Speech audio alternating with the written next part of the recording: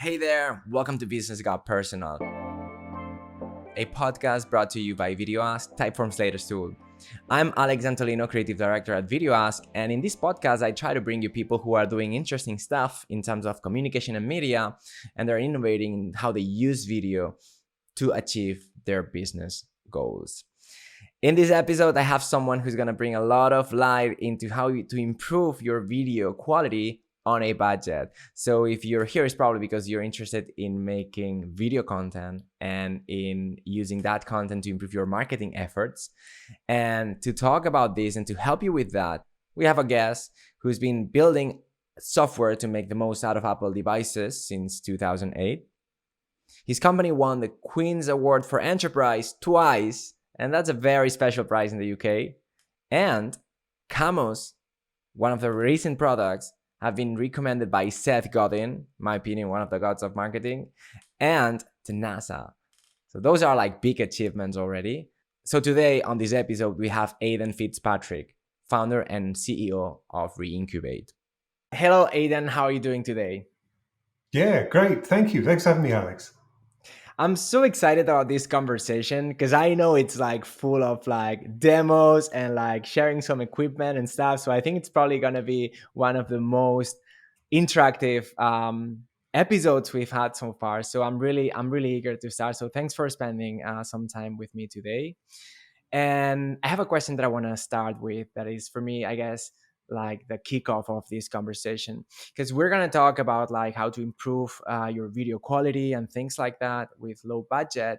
But I guess the first question I have is like in an era where like we're all going for like, authenticity, and big brands are trying to be more approachable and more personal and more like close to their customers. And sometimes just shooting yourself with like a phone on your camera on your phone seems to do the job. Why should we even care about high quality? I don't think they're necessarily at odds. I think authenticity is very important.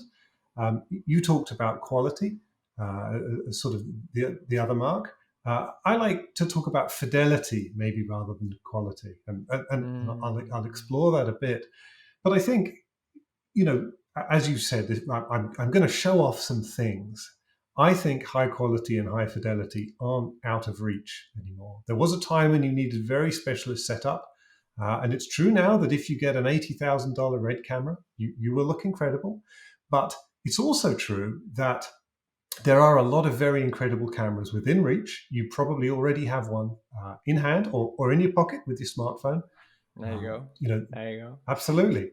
These small cameras are at or nearing broadcast quality. And, we've seen that with Lady Gaga filming her Stupid Love video on the iPhone 11. Right. Watch that. I was like, I didn't even notice, and my background is on film, and I was like, I noticed like the angles though. I realized that it was very wide. Like the angles they were using is all the time wide, and so that kind of like caught my attention. But I didn't realize that it was like a phone. and then I wrote it on some article. And it's mind blowing. The quality is just amazing. It's incredible. And I think Billie Eilish has used the iPhone 12 in a video she made a couple of months ago. And again, is that the one on the supermarket or something like that? Exactly. And it's following her around, and she's kind of falling over and all that sort of thing. Yeah. It's wild. So, yeah, I think this sort of equipment is most likely in your hands. I think there are questions on how you use it and how you apply it to get quality whilst remaining authentic. And a bugbear of mine is virtual backgrounds. If you want to shoot a nice bit of footage that reflects who you are, I think a lot of people sometimes, if they have limited options in terms of where they can shoot, are tempted to hide the background in that recording. And there's a growing body of data on this that suggests when you're using a virtual background, you're perceived as being less trustworthy, less authentic, less expert, and less innovative. And there's a bunch of data that also says viewers care more about your background than they do about the type of clothes that you're wearing or even the color of clothes that you're wearing. So they're very focused on what's happening back there. And a real scene is better than a flat wall which is better than something totally fake. So that's something to think about. Really? So I like that part where you say like people really actually care more about the fake background than actually what you're wearing, how you look. This is actually really, because it really caught your eye, right? If like someone pops up and then like there's like, I don't know, like San Francisco or like something like that on the Right, back. right. I mean, it can be funny sometimes, but it's true that like when you're doing, there's people who use it in a funny way. And I think that also brings the personality, because I think that's what all about. The background basically makes the function of like telling a story about yourself and who you are, right? And it gives some like flavor to the image. And some people use these fake backgrounds as like a fun thing, and I think that's cool if you're in a context where this fits. Yes. But I think that when you start blurring things on like maybe just like a cutout with like something super extremely random, it's true that like at least when I see it, I perceive it as like, oh, what's going on? Like, it's not that you actively think about it, but it's weird. It looks weird. So it's funny that there's like some research to back that up. I think you can do more with foregrounds. So you can overlay information or imagery over your image and partially cover the image. And I think that is more effective without diminishing the authenticity. When you talked about quality, I mean, what does quality mean when it comes to video? I guess it means a lot of things, but I think a lot of people tend to think about resolution, and so megapixels. They hear about exactly. I have 4K. A 5 megapixels. Is it 4K? Yeah, exactly. 4K, 8K, 20 megapixels. How many megapixels is there? Is it 1080p? And I think that is often a distraction. So, first of all, if you go very high resolution, very high quality, as some people might think of it, it might actually be more difficult to consume. But more to the point, if the camera and the scene aren't set up well, it's pointless, the resolution being particularly high. So I can demonstrate that now by switching through a bunch of different cameras. Oh, okay, let's do it. I'm interested. Let's get hands on. Okay, let's do that. So at the moment, I'm using, this is an iPhone 11 Pro Max on a wide-angle lens pointing at me in a fairly low-lit scene. So there are a couple of lights around this room, but there's not a lot going on. And what I can do is I can switch to the sort of the typical webcam you will see around. The most common one, it's a Logitech C920. I'll switch to that now. And you'll see that like it's a bit of a different image, right? There's some flickering going on where it can't handle the light. I've become What camera is that again? Sorry? This is a Logitech C920. Oh, and it's all like blue and stuff. Yeah, so like this will do 1080p, but frankly, it doesn't really matter, right? 1080p is not going to help you. And I can go from this to what is sort of generally considered one of the better webcams on the market, a Logitech Brio 4K Stream Edition. I'll switch to that now, and you'll see I'm looking a bit better, but there's some stuff going on. So that there's some flickering of light. It's kind of smoothed my face, like my skin looks like a mask. I think it's trying to flatter me, right? I'm right. You're like a Disney princess or something like that right now with this. Exactly. And it's done some funny stuff with the whites and blacks in the image. It also tends to struggle a bit with exposure and with definitions. There'll be softness. Now, this thing can go to 4K, and you think, wow, that's amazing. But actually, whether it's 4K or not, it's not going to help you. So let me just switch back to this, to the iPhone here. Now, of course, this looks a bit better. This at the moment is doing 1080p.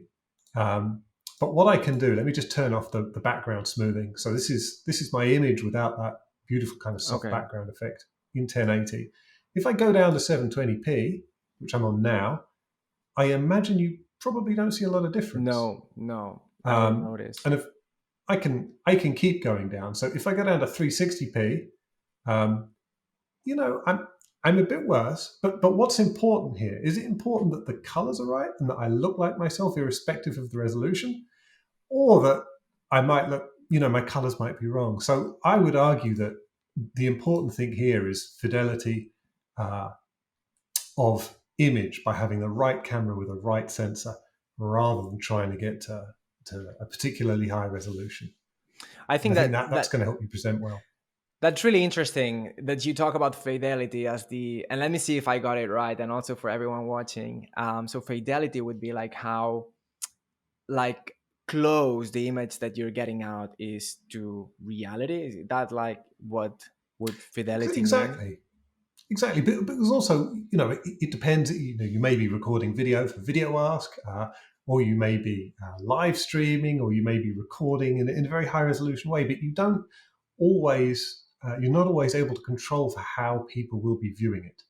And Right. there are no, popular video chat systems that are sort of 4K at the moment. So you can expect that your video is going to tend to be compressed and maybe viewed by people on a lower bandwidth connection. So assume that the resolution will drop. So then the most important thing is getting accurate colors and accurate light into the image with that in mind.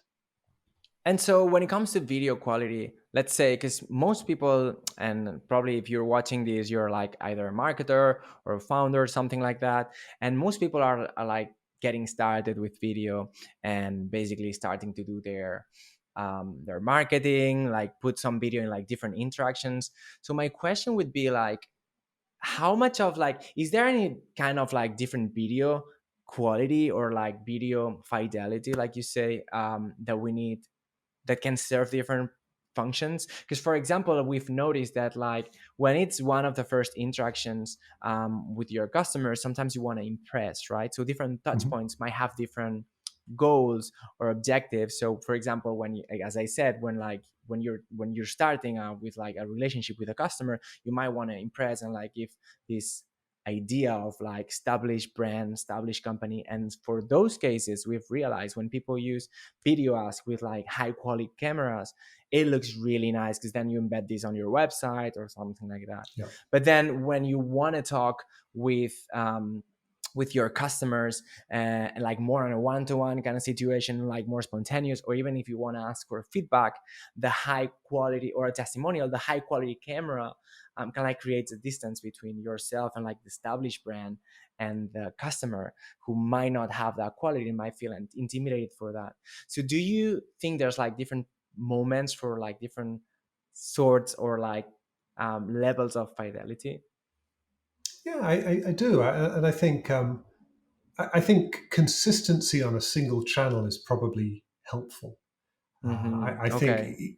you can kind of set yourself up for a challenge if you start your video journey um, with a team around you, filming you in a way that makes you look particularly special. If that's not something that you're sort of going to commit to on an ongoing basis, uh, there are some things that we've done with video. For instance, we filmed a commercial, and we had a whole set of equipment around that. In a studio that we used, and we would use that for other commercials, but we wouldn't use that in our, say in our online ads or in our updates to users, or where we're kind of embedding video on the site. We would aim for very authentic, and we would do it in a style that we can replicate.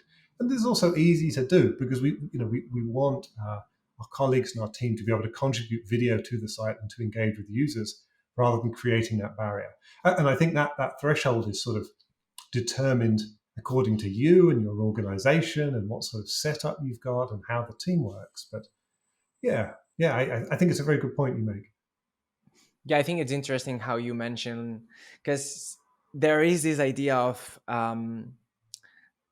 because before we would spend a lot of time, like you just said, like we would spend a lot of time and money and resources, and we always thought, oh, best. And also as a filmmaker, like I always thought, oh, I need to get the best camera out there, I need to get red one, I need to get like the best possible camera. And then Yeah. it's at some point, and working in tech and like doing like more like guerrilla marketing or like YouTube content, you realize that there's a compromise. Like the more quality you get, the the less authentic, or like the more refined, the more of a distance you create with like your customers or people you're talking. Sometimes it's a good thing Hmm. if you want to impress them, but sometimes you might want to find another way. And I like how you also have this in mind. I wonder, like, when it comes to authenticity, and before we get into that, like I like to see your setup, because you were like doing some demos, and then you were like Right. showing your can you show us like how you have this set up on your room or something like that? Yeah, of course. So I'm just going to point a little iPhone with a selfie camera up Oh, here. there you go. So I've got a couple of things happening there. That's the 4K Brio that I switched to. Here's the iPhone.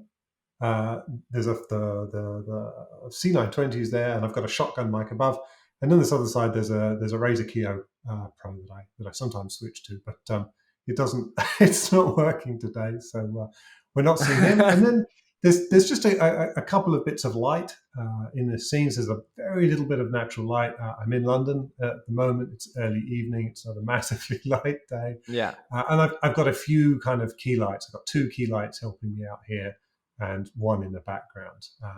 And I tend to, you talked about kind of authenticity and consistency.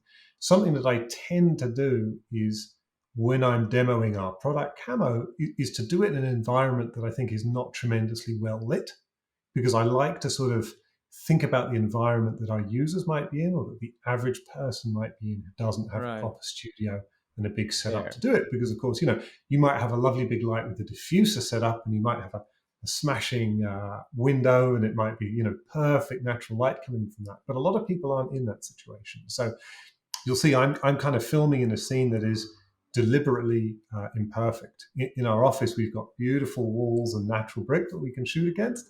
And I'm shooting in my home office here, where I've got, awkward angles and kind of different colors, and you can see what I'm doing with light to try and make it a little bit more dynamic. But I kind of like to work with a difficult scene rather than create something that looks impossibly good.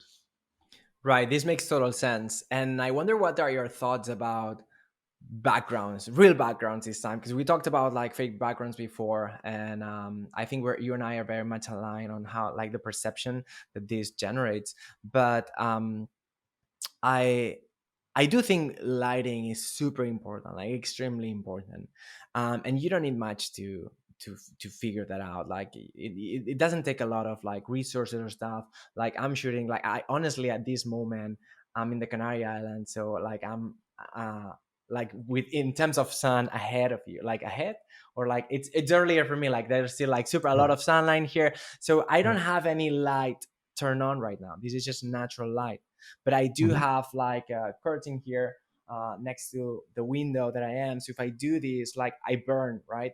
So sometimes Right. it's like having like this soft light that you can achieve with like a curtain or something like that can make a difference. But I want to talk about backgrounds because they backgrounds do make a huge difference, and sometimes we don't we don't know how to figure that out. And actually you have a really nice natural, because I feel it's natural with a curtain behind and things like that, and you have like this little blue light there. But I like how like the flowers, and I'm gonna go to your shot now. So you have like Right. these little flowers there, and like you have like some sort of frame that tells me that you're like in some sort of like like living room or like studio or Ooh. something. Like there you go, there you Yep. go.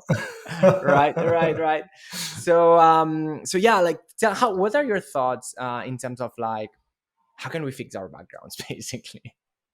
Sure. Well, so I said before, don't use a virtual background. That's sort of step one. Embrace what's behind you. So Okay. I think there's a lot to be said for being authentic. First of all, I think you can get clever with framing. So first of all, Mm. if you assume that your camera's got a particular width of field, I mean, at the moment, what I'm doing is I'm cropping the view behind me. So you can't see everything that the camera can see. So if we talk about maybe width of lens, I'm on a wide angle lens on an iPhone. If I take the Oh, crop out, this is the scene, right? So you can see I've got a reflection on the picture. And I don't okay. know if it's possible to see the whole of my view at the moment, but you'll see Yes, we there's see that it. picture. There's a computer and a key light that's turned off to another side, and a desk, and it's just kind of it's unhelpful to see that. And also, my head is a little bit small Hmm. in this True. shot, and I probably want to have my head slightly bigger. So what I'm doing essentially is I'm using our product Camo to just kind of zoom in. I'm taking that unnecessary stuff out because you don't need to see it. And I'm making my head, you know, generally people are going for kind of 2/3 to 1/3 to 2/3 kind of head size. Uh, in the shot. And then something else that I might tend to do is I might activate what we call portrait mode in a product. I'll talk a little bit about this product, but what I'm doing here is I'm essentially just blurring this background a bit to take the eye away from some of the detail so that it comes more to the speaker. And I It's can do subtle some though. stuff. I like it. It's not like, the Google thingy, which is like a cutout and like everything is blurred and you're like, this is impossible. You wouldn't even Yeah. get that on with like a cinema lenses or things like that. But like I like how like subtle it is. Like it blurs a little bit like the details on the flowers on the back. And it's just sufficient to focus your attention on you basically, which is what we want. Yeah. Well, our big thing is about not removing the background. We think that's inauthentic. So, I've got a slider where I can reduce the blur, so it's only very faintly blurred, or I can kind of crank it up so it blurs a bit more. Oh, okay. But we're not gonna do any of that. Completely strip off the background stuff. At least not anytime soon. Um, but possibly it's worth me talking about the tool that I'm using to do this in the camera, because Yeah. we touched on Yeah, cameras go ahead. earlier. And of course, there are a bunch of things you can do. You can use a webcam. And what I would say is there aren't any good webcams, I'm afraid. There aren't any good Too go-to bad. ones. Yeah. And there aren't any good external ones. So, Right. you could have a webcam in a $2,000, $4,000 laptop. It's not going to help you. You could buy an external webcam.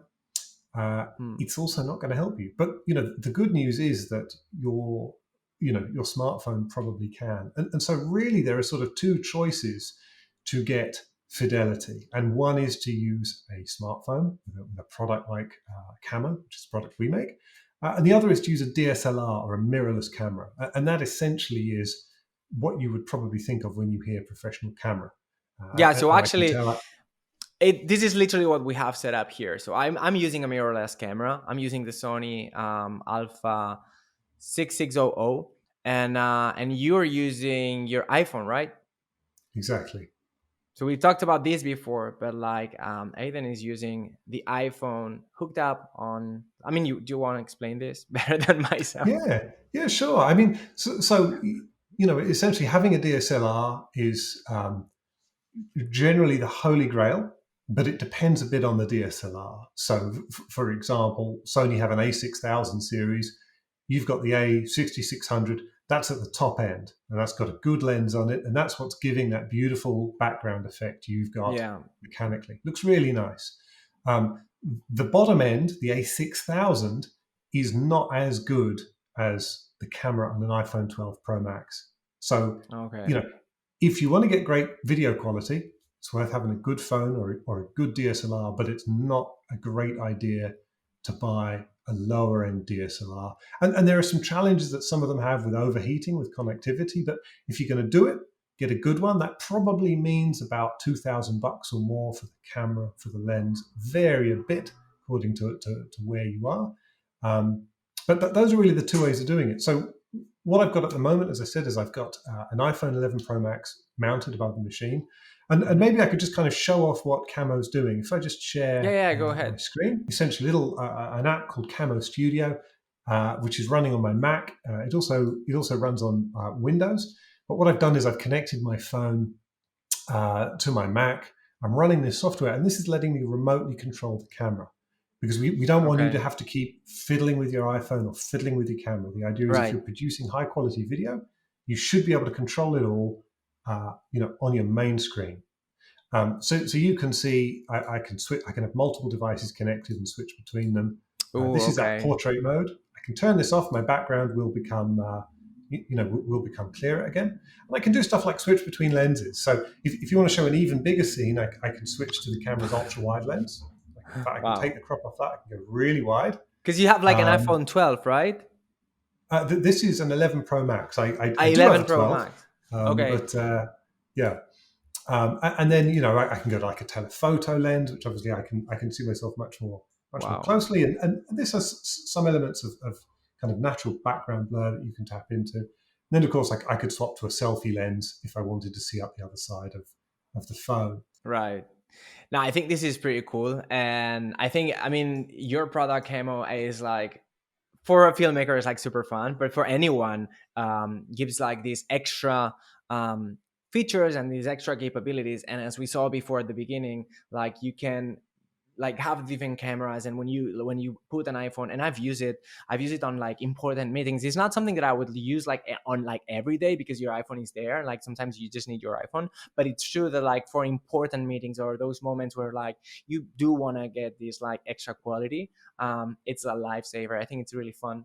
And so for everyone watching, we've learned some things already. Like I've learned some things. Like we've been talking about the importance, and for me this is something I never thought about, the idea of fidelity versus, because I always talk about like perfection versus authenticity. And this idea of fidelity is like, yeah, it doesn't need to be shit to be authentic. It can be good, but still be like on and genuine and like legit. And I think that's a learning for me. And so we talked about like some other aspects, like your background, like what is the perception of like fake backgrounds, or like extremely blurred backgrounds, things like that. And we also talked about like the background, the real background, a little bit of lighting, things like that. Is there any other tip that you could give us on how can we improve our video marketing with like on budget? And before we wrap up, a couple of ideas for people watching who want to start making video. What would you tell them? Yeah, sure. So I mean, there's some simple stuff.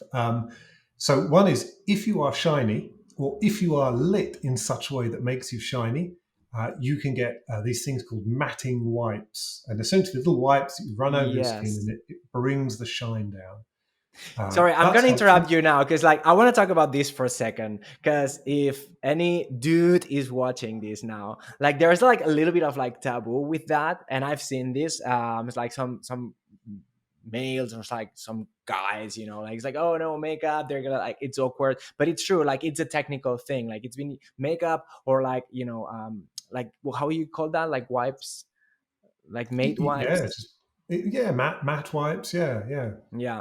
So it's just something that will, if you're like very shiny, you might not notice because like you're like on the sun or something like that. But for other people watching, they don't think, oh, this person is shiny. But like when you apply some like, when you remove those bright spots, it kind of like gives a more watchable image. So it's a technical thing. And it's so funny every time like I need to record with someone, and there's like this awkward moment. So I think that's a really good tip that you just gave there, and just want to make this remark, because I think on like 2021st, we can leave these things aside. Just wanted to make that note. I'd hope so. Yeah. So, I mean, it might not just be your face that's shiny. You might have glasses, and there might be reflection or reflectivity in your glasses. They might look Yeah. nice. It might not look the way you want it. And if it doesn't look the way you want it, there are a few things you can do. So, one is, rather than using kind of a traditional light with a large light element, you could use a ring light, which is basically what it sounds like. It's a ring of light, so the light is Mm. spread over a greater area, and it's less likely to cause that effect in your glasses. There are a few other things you can do. So you can have, rather than having one key light, you can have multiple lights, and you can light yourself from different angles so that there's less bouncing directly off your glasses. And then the holy grail is to have incredible natural light, or a window with just the right amount coming onto you, or a light with a nice diffuser. And the diffusers, everyone's probably seen them. They tend to look like large kind of white paper balls or white Yeah. paper umbrellas. So you have a big light with something that just kind of really softens it, and that will give you a very sort of naturally lit face without a strong single light bouncing off it. That's I quite can helpful. demo this for a second. Is what I showed before, but like basically when you add some sort of fabric that breaks the light, what it happens is that this light is softer, and then it fills the space. So this is maybe a little bit technical, but the idea is like when you have a direct light on your face, yes, of course you're gonna be more bright, but then you will generate a lot of contrast. So for the image to be pleasant, it's a good tip or good advice that you add something. That's why I was showing you before, like I can remove the curtains. This is how it would look like. it's brighter, but it's like more aggressive, like on my face, like my lines, I have this. And this is literally, I'm just like pulling out the curtain of my window. And you can see how much of a big difference like this makes. So there's some little tips like that if you understand how these things work, like we're explaining now, um, it they do make a difference. And when one thing maybe it's not enough, but like when you put all of these little details together, then you get this very nice image. And again, and I really like how you touch on that, it's not about like your resolution, it's not about like all these technical things that like they try to sell us on Apple keynote sometimes. They Right, do right. have an impact, but it's more like how you use those devices that will really have like it will really make a difference. And I think one of the takeaways we found with lights is they're really not expensive. So there are a lot of very No. special lights you can get that you can control from your computer with your voice, and they'll change temperature. And temperature is essentially, are they on the bluer end or are they more on the orange end? Is it making it look warmer or cooler? But what I've found is that actually the cheap lights are largely fine. And that could be something like, if I just pick Oh, this up demo without time. dropping it. Demo time. Let's have a look at some kit. So here is an example of the sort of light that you could get on Amazon, probably for about $25. It's got newer written on the back of it, but it is effectively a no-brand light. It's got a little tripod, and it's powered over USB. It's not remote Oh, controllable, but it okay. has a button on it to make it brighter or less bright, and you can put little kind of plastic filters in to change the temperature of light. So it's very, very basic. Um, and that is absolutely fine. I mean, you can go higher end. You can get a special type of Geox light, which is the sort that you might have a diffuser in front of, Yeah. which would be more like a professional setup. And they're only about $100. Although what I would say is you need more space and you need a place to anchor that. So it's not really about money as much as it is about having the space and the scene set up and a lot of cables everywhere. And another sort of gadget I like is, just bring this one up. This is a gooseneck arm. So this is a bendable piece of metal. On one hand, it's got a little clamp, which is plastic, so it won't damage anything. On the other hand, it's got a holder. And I would use this to mount a camera. I find this very helpful. Some people like tripods, and tripods work well if you've got a laptop. But if you have a setup with screens, this is quite good because you can move the camera about. If you want to put the camera in front of the screen so that you can work on your eye contact, it's helpful. If you want to have it above, it's helpful because a tripod is just a bit more fixed. So one of these you can probably get $15. $15. Okay. Wow, nice. So and then you just like put it on the table and just like put it anywhere. Yeah, exactly. So I tend to, they'll clamp well onto a table, or they can clamp onto your monitor stand. That can help, because it's just a bit easier sometimes if you put it on the monitor stand. Right. But yeah, it's just a fairly simple and practical thing, and obviously it helps me have my array of devices above the screen. And then finally, to get a bit exotic, I've got one of these here. You may or may not recognize this. That's next But level. this That's is next level. so this is a beam splitter, and it's probably less useful in the sort of conversation that you and I are having. But essentially, what one would do with this is you would clip a device, and again, normally a smartphone on the bottom, running a teleprompter app, and that teleprompter app would get reflected up into the screen, so that you would be able to see a sort of a mirror image of what was on your teleprompter app, and then behind this thing there would be a camera poking through. So, and that would be a DSLR or that would be a smartphone.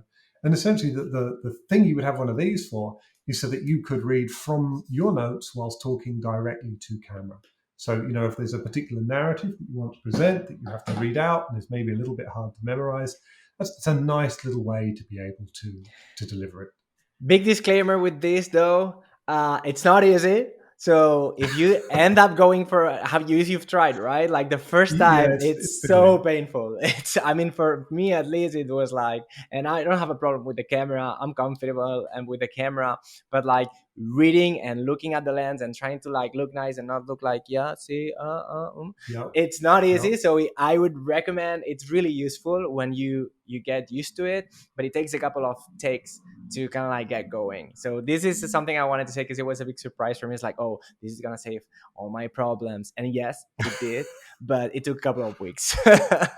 Yeah, there is quite a bit of pain. I mean, I think we're seeing better applications and better technology, but you can fiddle a lot around to find the right teleprompter app and to learn how to control it. And to go back to your original point around authenticity, nothing beats knowing what you're going to talk about. And you know, if Right. you are doing that thing where you're going to talk to camera for 10 minutes, you can do that without notes. You know, it's going to take you a bit of practice, but you might end up with something that's slightly better quality than if you're reading in that way. That's And one awesome. of them is Oh, there's one maybe more. $50, I maybe know, $50. One of them. 50 So bucks. you know, So, I mean, with no money, you can literally, you already have a phone. You have all these accessories that Aidan has shown us. It's not about money. It takes just the intention and just getting started, and just like some knowledge and some tips that hopefully we were able to like put here across the camera for you to grasp. And I think for me that's a very like that's a very nice like that nice roundup of like, you know, some, you know, reasons to where like how should we feel about video quality and things like that, and some bullet points of like things we need to keep in mind, and then some useful tips on how to make your videos just a little bit better, that a little bit better that will, you know, help you make your message come across maybe with more impact, or maybe it's just more engaging. Aidan, I don't know if there's anything else you want to talk about or something that didn't ask you that you want to mention briefly before we wrap up. I'd just say, you know, if you're looking at improving your quality and you don't want to lay out any money to start with, you know, our product Camo is available in the free edition. There's no watermark on it. You can turn that watermark off without paying any money. And I'm also very active on Twitter. I'm on at AFIT. My name's Aidan Fitzpatrick, so the Twitter is AFIT. And if you have any questions, I'm always happy to take a DM or a tweet and help if I can. I'm just interested in helping people look good. Thanks for that. Hope you liked the video. If you liked the video, let us know. If you have any question for Aidan or for myself, we'll be watching here on the comments. And yeah, again, hope that was useful, and we'll see you in the next video. Thanks for watching.